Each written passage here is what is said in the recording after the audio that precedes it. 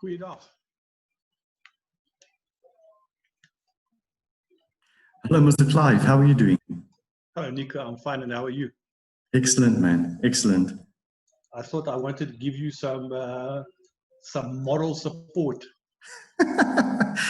Do you think I need moral support, or do you think I just need support? Wait, let me think about that. Hallo, Caroline. Hoe gaan dingen? Good, man. Good, Is good. it? Yeah. Hello, Caroline. Now you can hear me. How are you? Okay, I'm fine, and how are you? Good, thank you. Very nice, very nice. Nico, ek het vanoggend, jy ken Johan Deploy? Ja. O, ek was vanoggend daar by hom. Ek het hom lanklaas gesien toe ek sommer daar by hom gaan koffie drink vanoggend in Centurion. Goed, man. Ja, het lyk vir my gaan alright daar, maar die opleidingskant is maar stil deesdae.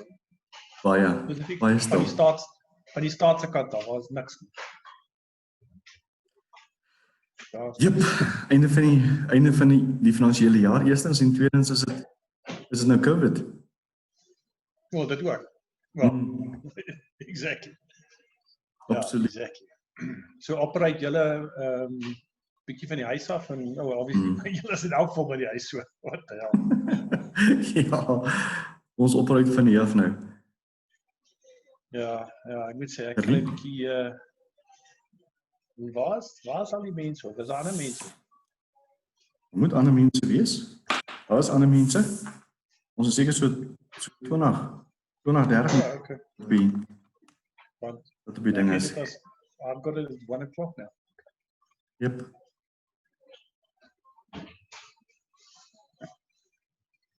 Hallo. Ja, kan jy hoor? Kan jy my hoor? O, daar's mense.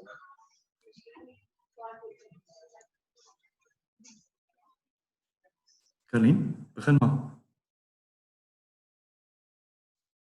All right. So good afternoon to everyone. I hope that you are all well and keeping healthy in the time that we are in right now. Firstly, I see most of you are already muted. Thank you for that. I would like to ask all of you, you'll see on the bottom left of your screen, there's a mute button. Please press that for us just to avoid any disturbances and so on. We will have a Q&A after the webinar where you can raise concerns or if you have any questions also. And then I would like to introduce you to our presenter today, Mr. Nico Snyman. Yeah, he will be speaking about the importance of business continuity in times such as these. With the COVID-19, businesses are standing still, etc. So, Mr. Nico Snyman, yeah, thank you so much for joining everyone. And yeah, over to you. Thank you very much, Colleen, and thank you very much for everyone that is attending. I want to thank you for your time. It is Friday afternoon, I know, and I know that it is. I think it is a very tough time that all of us are in. I want to share with you a presentation over the last 2 weeks. I've been traveling all over the world, and I've been observing the behaviors of people and what the change is actually in business from Ethiopia to Botswana to South Africa, and what is actually happening in this COVID-19 state that we are in. So I'm going to give you a quick overview of just the introduction, who is Chris, the BCM and COVID-19, and then we obtain the true information that you need, possibly. I've seen a lot of false information going through, then a proposed way forward, and then how to contact us. If we're looking at COVID-19, I think all of us know exactly where it has started, and I think if we're looking at the declaration by China to actually say that COVID-19 is in December, it has actually taken some lives, then one can actually look at it that the infections has already started actually in October and November, and people has actually died from it. And then when it reached a certain level, people has went over and it was declared that COVID-19 is COVID-19. Now, following the announcement of the World Health Organization that it is an international pandemic, countries has closed down, like Italy, Germany, etc. And then this had a ripple effect across the globe. In South Africa, we had on Sunday night, the 16th, that the president has also introduced the measures there. And the question is the business continuity management and environment, is it managed correctly? Firstly, were your plans that you have made, was it adequate? And is it actually working? Because we are actually tested in an unprecedented way. Now, if you look at Crest has been established in 2014, so we are about 6 years old. We are a level 2 company on the BE levels, and we are working specifically in corporate governance, and this is from compliance to business continuity to risk management. We are one of the few companies in the globe that is working across disciplines on the Professional Evaluation Certification Board on their structure of 1,744 accredited partners globally. We are one of the platinum partners, that is number 23 out of 29 platinum partners. Our offerings consist of, firstly, training. Training is extensive. We are doing from ISO training to competence training, advisory services. We are doing that as well. Auditing with first, second level and third level audits. Can I just ask that everybody just switch off their microphones, please? Because of okay. Okay, so products, we've got products that is tailor-made to our environment and that is actually assisting companies to actually have a speed of implementation in whatever we are doing. Technology, we've got a fantastic system with the name of Isolytics that is working in not only in the ISO environment, but also in the management system and risk management environments.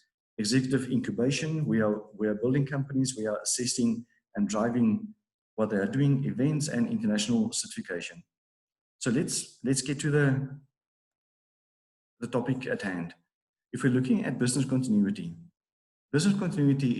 is defined as it is a business-driven process that establishes a fit-for-purpose, strategic, tactical, and operational framework that proactively improves an organization's resilience against the disruption of its ability to achieve its key objectives.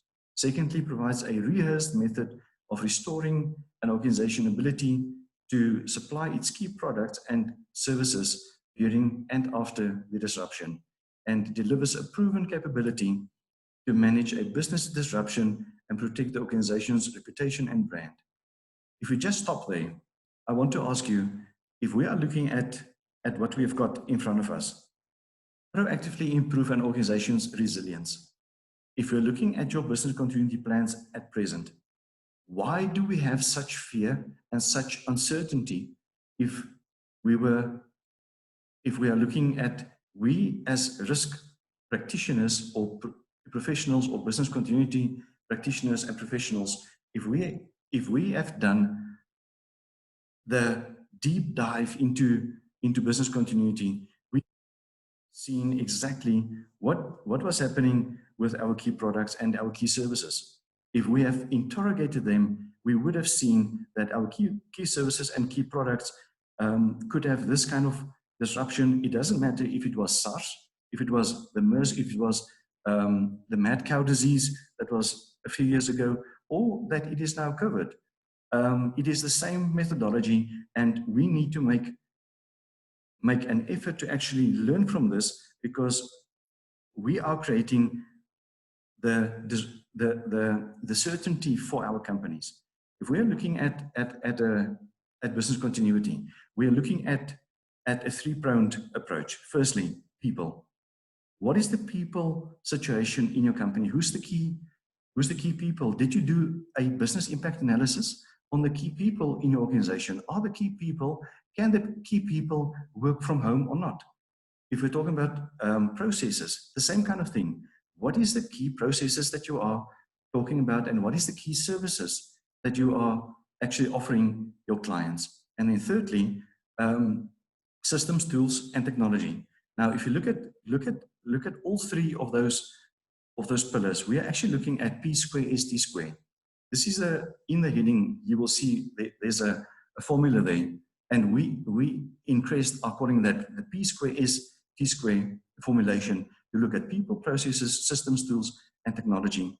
And at people and processes, people, if you're looking at the close down of the schools, if you're looking at the close down of the creches, what kind of impact does that have on the people that is actually working around you as a support system? Secondly, what impact does it have on the key people that you've got in your organization?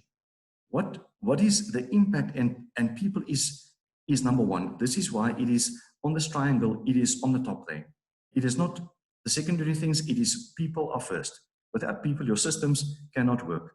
Without people, your processes cannot function. Now, work from home and teleworking is a fantastic idea for people. But if you're sitting in an environment where you are sitting with 20 or 50 megabytes per second, and you are working optimally with that environment, and you are sending people home, and they have got a capped internet with a speed of 2 megabytes per second, do they have enough laptops? Firstly, do they have enough data? Can they have in this disruptive space where Eskom is actually having challenges with providing energy to our country? Do we have enough space and speed that we can actually do this? Sorry, I was informed that my screen is not shared. My screen is not shared. Okay, my apologies. Big apologies there. So if we're looking at this, sorry, there we are. If we're looking at this, then your people challenge is going to be one of your biggest challenges that you're sitting with people working from site. The impact on your processes and the impact on your systems, tools, and technology.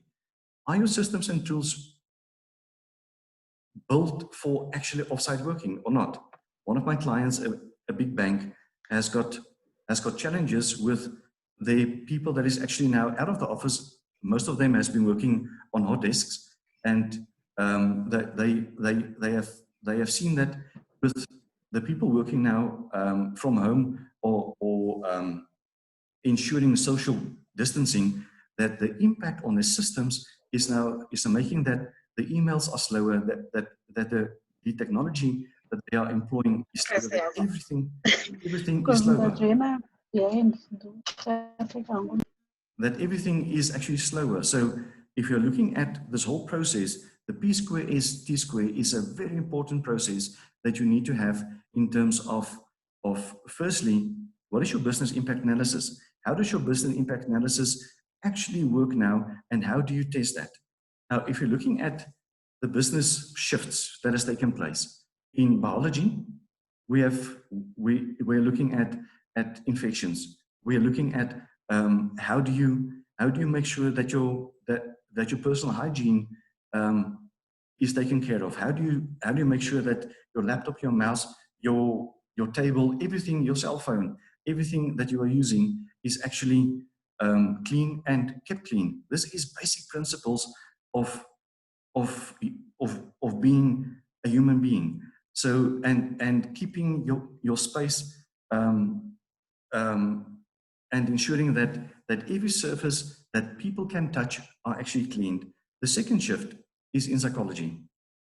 People are fearing the unknown, and this is the work of risk managers, because we are actually working with with the effect of uncertainty on the objectives. Now, if we are working with the unknown or uncertainty, risk management and business continuity has to step in, and leadership, tone at the top, has to step in and create a no panic environment.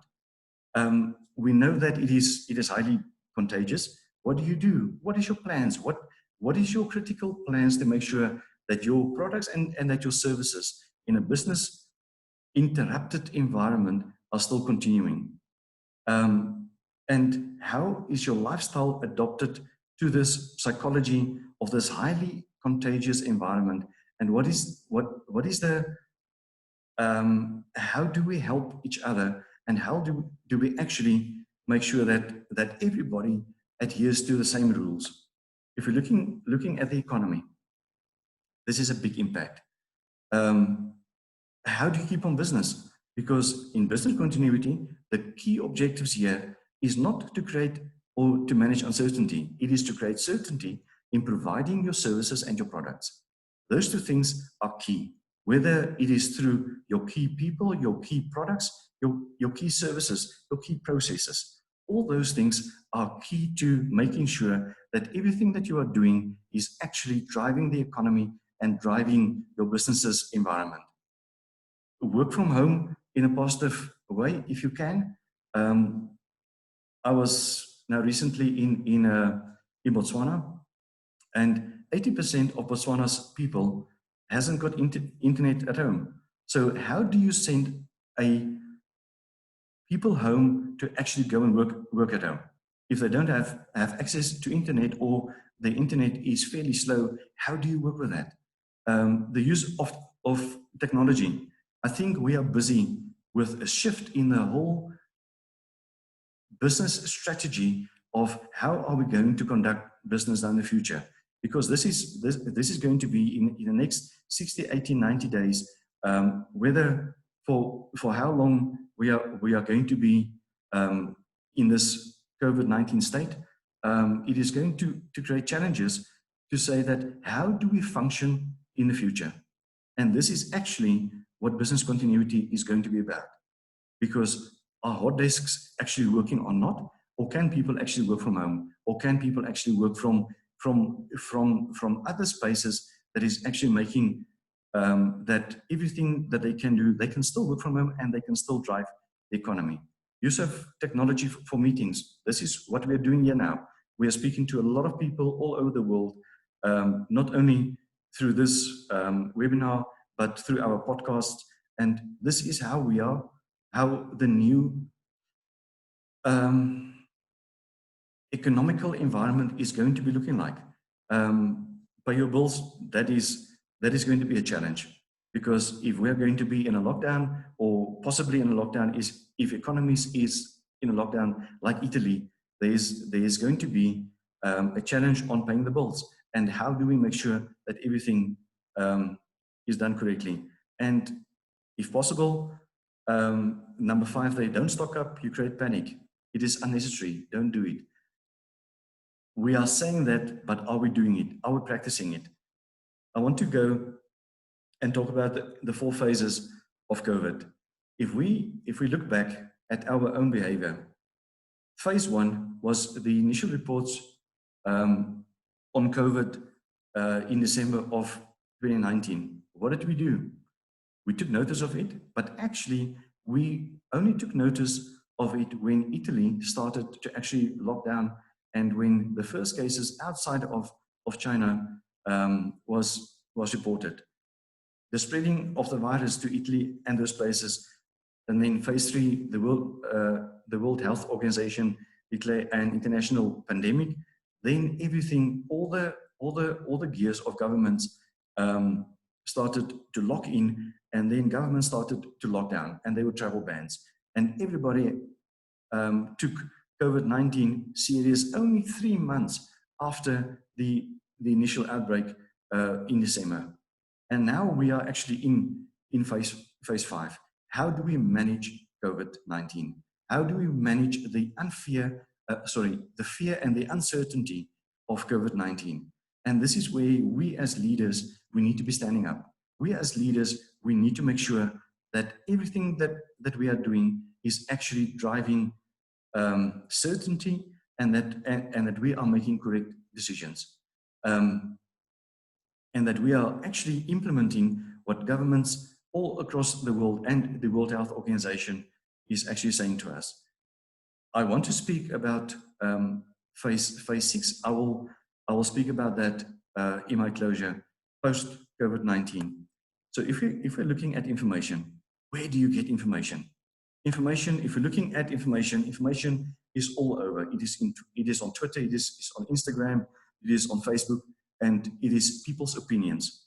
And please, as trusted advisors of business, we have a responsibility to make sure that everything that we are doing is coming from a valid source.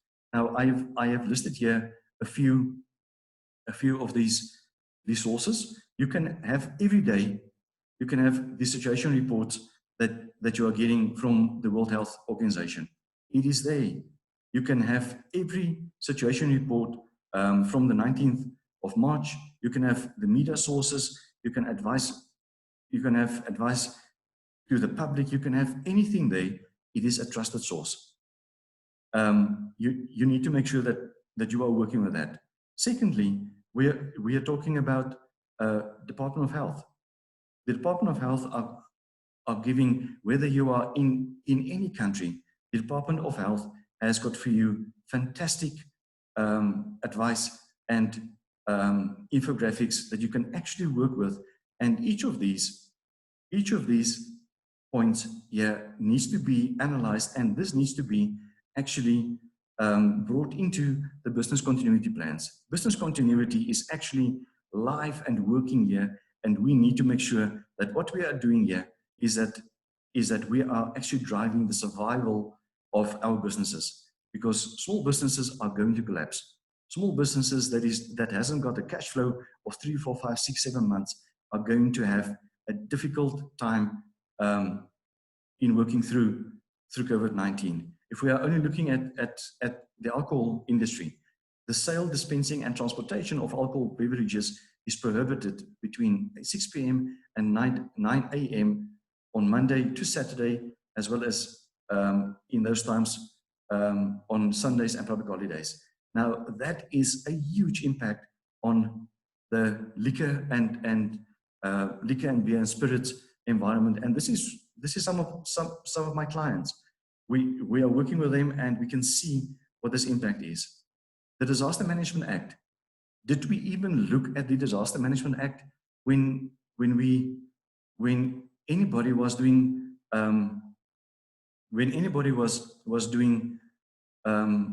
the business continuity? Disaster management is a key part of business continuity, firstly, but secondly, of disaster recovery, because you are working with a disaster. And COVID-19 has been declared a pandemic. A pandemic is a disaster, and a disaster needs to be managed. Now, we have got a fantastic course on this. There's a standard on this that we will communicate to you in the next few days. Disaster management need to be brought into the business continuity environment, and make sure that everybody knows what is the steps of disaster management and how do you work with that. Then myths and facts. What is true and what is not true? What do you need to be looking at, and how can you work with the facts that you've got, and make sure that the communication that is actually going through as part and parcel of your business continuity environment is actually true, and that you've got references to that. There's a toolkit for you, and we will share all of these with everybody that has taken part in this webinar. The social distancing guidelines. What does it mean? We have started to have a new terminology, a total new terminology that needs to be absorbed into business continuity, into the business continuity space. And we need to be making sure that all of these things are explained. What does it mean, and how do you use it, and what is the effects of it? Further, if we are going further, 10-step guide to self-quarantine. What do you do?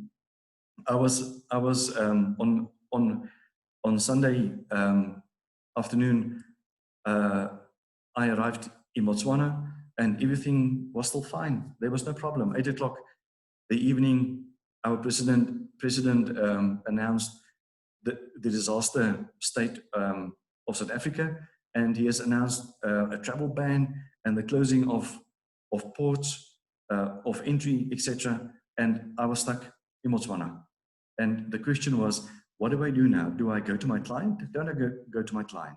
I pitch up at my client. They had a screening and testing environment there. And the question was, do we allow a South African on our premises? The country don't have any COVID cases that has been confirmed, and South Africa has got, at that time, I think it was over 61 cases. So how do you quarantine and how do you ensure that your environment, that your work environment is having the integrity that you can work in? And this is touching on your duty of care. Duty of care is embedded in health and safety, but the duty of care is also embedded in business continuity. Your self-quarantine guidelines, there's a toolkit for you that you can actually work with and make sure that people are adhering to it, and that everybody is actually working to the same methodology. And when you're coming into contact with someone diagnosed with COVID-19, there's the guidelines. So you don't have to go and rethink things. It is really thought out by people that is really qualified in these things. We as business continuity practitioners and risk managers, we need to make sure that the correct information is actually going through to our audience and to everybody that is working on our sites and for whom we've got contracts with. Then the precautions to follow to avoid being infected, there's also a toolkit. Everything is actually provided for us in one simple space, and this is already in all the languages that you want to have, in English, in Afrikaans, in various other languages, and everything has to do with how are we keeping ourselves safe. And then notices on how COVID-19 are spreading. You can follow that on a daily basis. And then the last one I want to actually introduce to you is on this website. It is giving you a global overview of quick facts on every day. It was, when we checked about this morning, it was 249,000 and something total confirmed cases. So this gives you a growth of the pandemic. It gives you a breakdown all over the world, in USA, in Europe, in China, all over the world. You can go and look. It is available, and it is on real time. So you can see that at the moment, 172 countries out of 195 has been infected. So it is a global pandemic. It is definite. Total deceased. So what we are doing from our side at Crest, we are keeping records of these, and we are looking at what is the Bell's curve.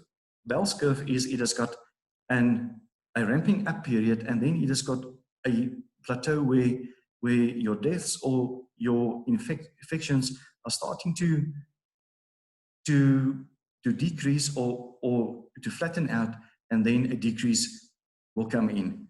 And all of these we are keeping track of, so we will be able from next week to actually post for you a global understanding of, or a specific environmental understanding of what do we need to do, where are we on those phases on COVID, and what is the way forward.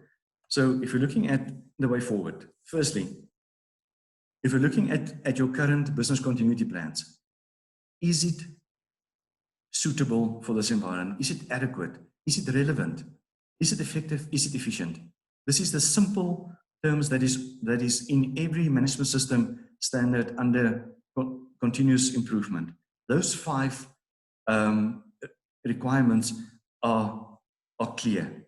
I will say it again. Is it suitable?